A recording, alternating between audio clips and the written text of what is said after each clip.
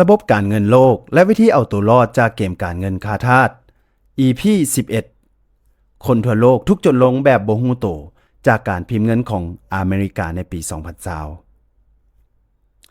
ในสภาพปกติเงินก็จะมีการเฟ้อในโตของมันอยู่แล้ว ถ้าเราลองเอาทรัพย์สิน3ประเภทมาเรียงกันและเปรียบเทียบโดยผ่านการเวลาก็จะรู้เลยว่าเงินมีการเสื่อมค่าลงด้วยตัวของมันเองตัวอย่างเอาทรัพย์สิน3ประเภทเช่นเงินอาหารและคำมาเปรียบเทียบกันผ่านระยะใดหนึ่งเราจะรู้สึกว่าคำมีราคาแพงขึ้นหลายส่วนอาหารก็มีการปรับตัวสูงขึ้นเช่นกันแต่บ่เท่าคำฉะนั้นแสดงว่ามูลค่าของเงินลดลงบ่แม่นราคาคำเพิ่มขึ้นเพราะคำยังรักษามูลค่าเดิมของมันไว้เท่านั้น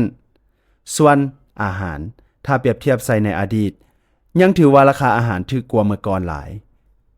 เป็นอย่างจึงว่าจังซั่นเพราะปัจจุบันมีการผลิตจำนวนหลายและใช้เทคโนโลยีเข้าช่วยในการผลิตเฮ็ดให้ต้นทุนถูกลงแน่นอนราคาอาหารก็ต้องถูกลง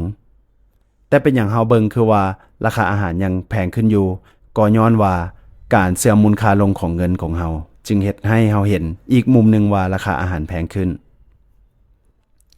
เมื่อสหรัฐอเมริกามีการ QE หรือพิมพ์เงินเพิ่มเข้าในระบบในปี 2020 จำนวนมหาศาล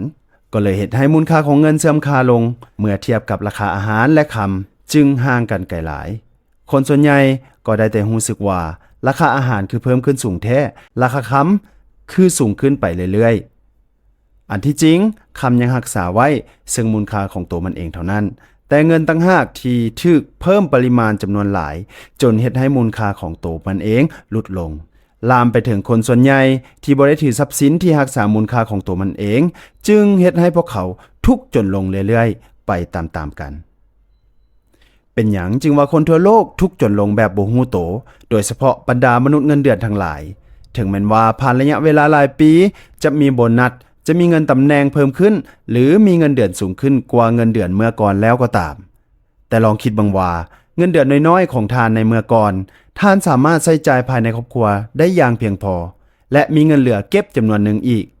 แต่ปัจจุบันทานลองคำนวณเบิ่งว่าทานได้เงินเดือนเพิ่มขึ้นจากแต่ก่อนหลายและทานยังได้เฮ็ดเวียกล่วงเวลาเพิ่มขึ้นตื่มอีก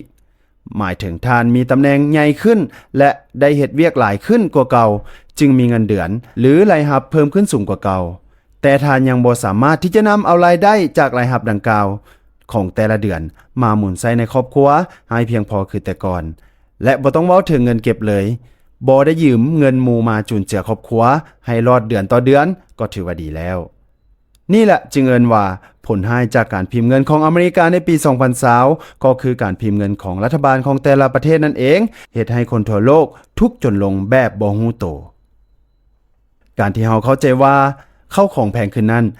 อาจจะบ่แม่นความจริงเพราะความเป็นจริงแล้วคนเฮากำลังทุกข์จนลงต่างหากซึ่งใน EP ต่อไปจะลองมาเปรียบเทียบความเป็นจริงนี้ให้เข้าใจนำกันเติมแต่ก่อนจะไปฝากฐานกดไลค์กดแชร์เพื่อเป็นกำลังใจให้ช่อง Dr. Financial Trader หรือท่านใดสนใจเรื่องใดเติมสามารถคอมเมนต์ไว้ใต้กล้องวิดีโอนี้ได้เลยแล้วทางแอดมินจะเข้ามาตอบให้ทาน